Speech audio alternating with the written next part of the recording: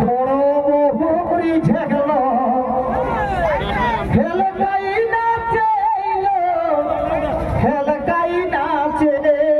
কেসন কেসন বড় ভৌজাইরি ঝেগল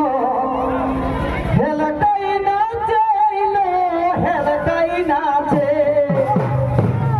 আর মেঝলি বহুগুলোরি নাই আখড়া আছে আর মেঝলি বহুগুলোরি নাই আখড়া আছে বড় বহুরি ঝেগল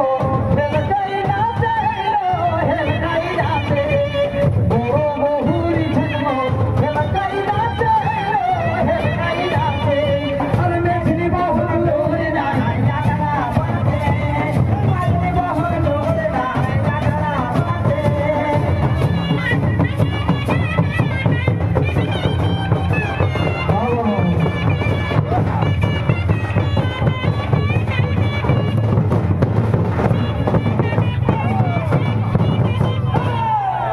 কেসন বুঝাই তরেক মাটিটা উপর হয়ে যায় রে বাবা কেসন ভাই বেজাই বেজাই সব সব কুরমালি ভাতি করি আপনার জি মূল হকিকে এতে ছোট একটা কার্যক্রম রাখতে হবে তাই কি কহে সেঝলি বহু তবলি মোহি সেঝলি ভোজাই তবলি মোহি ও গো ফুলে ফুল লাগা ফুলে ফুল লাগা সেঝলি ভোজাই তবলি মোহি ও গো ফুলে ফুল লাগা ফুলে ফুল লাগা আর কোনো নাহি বুঝতো ইতিয়া কা সাধা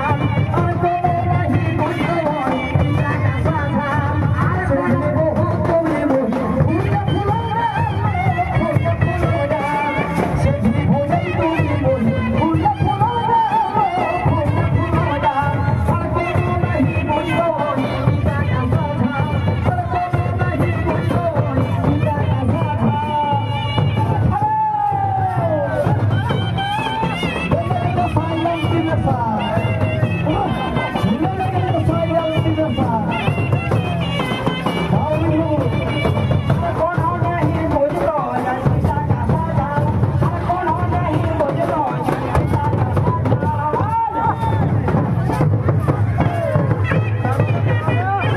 निकास ले ले बच्चा कोनो में पढ़ना है बहुत समय है तो किरा कहे तुम्हें छोटू भोजी सुंदरी छोटू भोजी सुंदरी कॉलेज पढ़ो छोटू भोजी सुंदरी ए मियां माई रागाय हना पिना को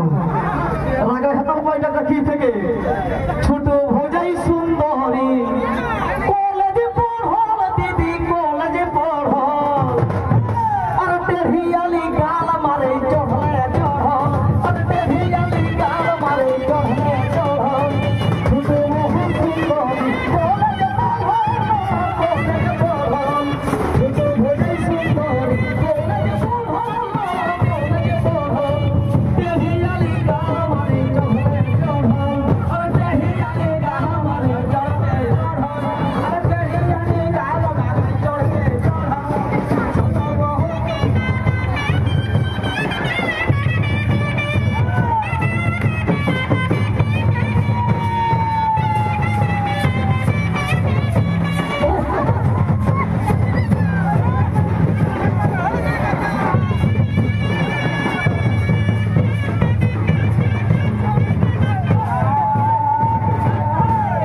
उमेश बाबू आजकल बहु गिला आजकल बहु गिला